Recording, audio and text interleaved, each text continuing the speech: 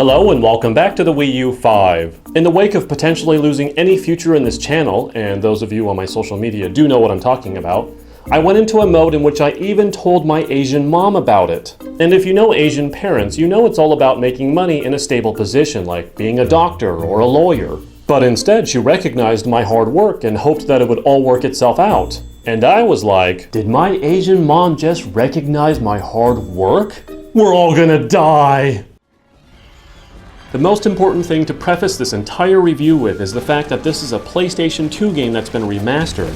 It comes from an older time. So, does Nordic Games Remaster come as a pleasant surprise, or is it really just still an old, aged game with a shinier coat of paint on it? Legend of K is a platformer adventure game set in 3D, and it is heavily, and I mean heavily, influenced by none other than The Legend of Zelda. Trust me, if you've played Zelda games, you're going to know where this game gets most of its ideas from. However, as a bit of a spin on it, there is a decent amount of platforming, and while the platforming can provide a decent challenge and amuse you, it can also provide some frustration. It's hard to describe it other than, and I quote, behind the times. It's functional, it works, and at times it's fun, but it doesn't stand up too well when it attempts more complex situations, particularly when the camera begins to work against you. Yes, the camera sometimes hinders you, and it does it so sporadically it's hard to pinpoint when it's going to misbehave. Moving into combat, things follow the same standards, functional and at times fun, but not always up to par. Much like the platforming, there is a decent depth to the combat, and it can provide a decent challenge as well, amusing you when it works. Usually when it doesn't is because of, yep, you guessed it, the camera.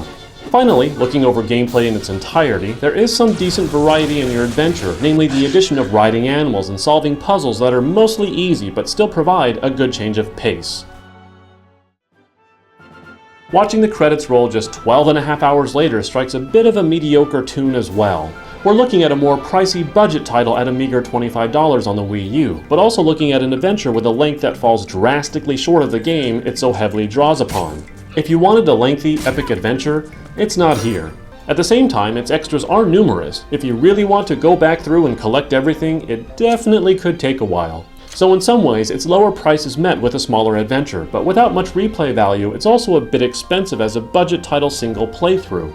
Only completionists can really get their money's worth in full. It still remains important to note that this is an HD port of a PlayStation 2 game. It's also important to remind you of the price tag I just mentioned. With expectations set realistically, this is actually not a bad attempt. It even runs at a nice 60 frames per second most of the time. When the frame rate does take a dive, the older coding design of the game also results in a slowdown of the action as well. Keep this in mind, as there's a lot of endgame combat and sometimes it gets really messy.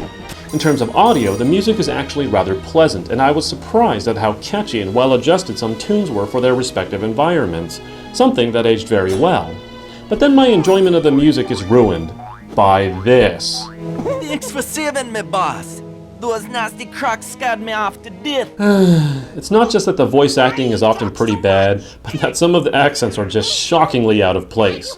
It comes across as comical at times, but most of the time there's just such a stereotypical approach to the accents that it's just jarring. Don't blame yourself if you find it hard to appreciate the game's humor either. It's barely better than the voice acting. I mean, if you thought my humor was bad... Oh wait, there is something I forgot to mention. Boobs. Yep, that's a panda with boobs. Yep, that's a cat with boobs. Okay. Suling? Yes, Kay? Smoking Boobs. The biggest issue with reviewing older games in the modern era is that there's a sense of what is possible. As we all know, some games age well, while others do not. While this game has seen a facial Botox injection, its core has not aged that well. It's functional, as mentioned many times. It works when it works, but it isn't without a strong sense of mediocrity in virtually every aspect. Can you derive some fun from this game? Sure, but don't expect a lot. I can only recommend this game if you have nothing else to play, and have a need to scratch your itch for a furry with for a platformer adventure game. I give Legend of K Anniversary a 7 out of 10. There's nothing more foul than a Dead Sea snake. That's it for today. Subscribe for more Wii U content delivered directly to your retinas. I'll see you next time on the Wii U 5.